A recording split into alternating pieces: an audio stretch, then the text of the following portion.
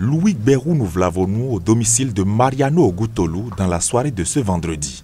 Le président de l'Assemblée nationale se rend chez son secrétaire général administratif, nouvel orphelin de mère. Nous savons, et nous l'avons souvent dit, que la maternité est une certitude et que la paternité est une présomption. Perdre une mère s'apparente donc à la perte d'une partie de soi-même. Une situation difficile qui caractérise l'existence humaine et qui requiert la sollicitude des proches. Le président de l'Assemblée nationale manifeste donc sa proximité inéluctable vis-à-vis de son collaborateur éploré. Je suis arrivé au nom de cette institution et à mon nom personnel lui présenter les condoléances de toute notre administration. Le secrétaire général administratif s'avère l'un des socles qui font battre le cœur du Parlement béninois dans son fonctionnement quotidien. La première autorité de l'institution en témoigne. La place qu'il occupe au niveau de notre institution est une place prépondérante.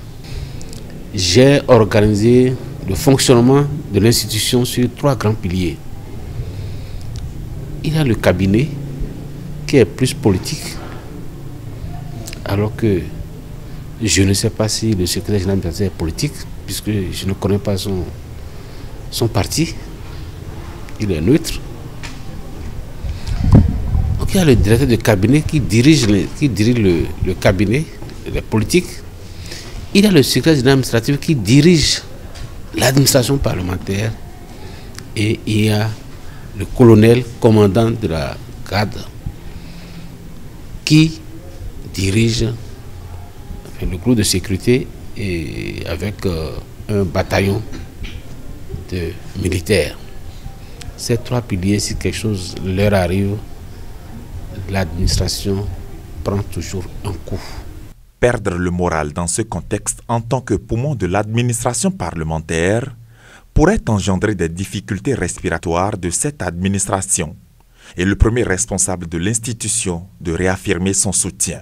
Depuis l'annonce de cet événement, le fonctionnement, qu'il le veuille ou pas, de notre administration a pris un coup.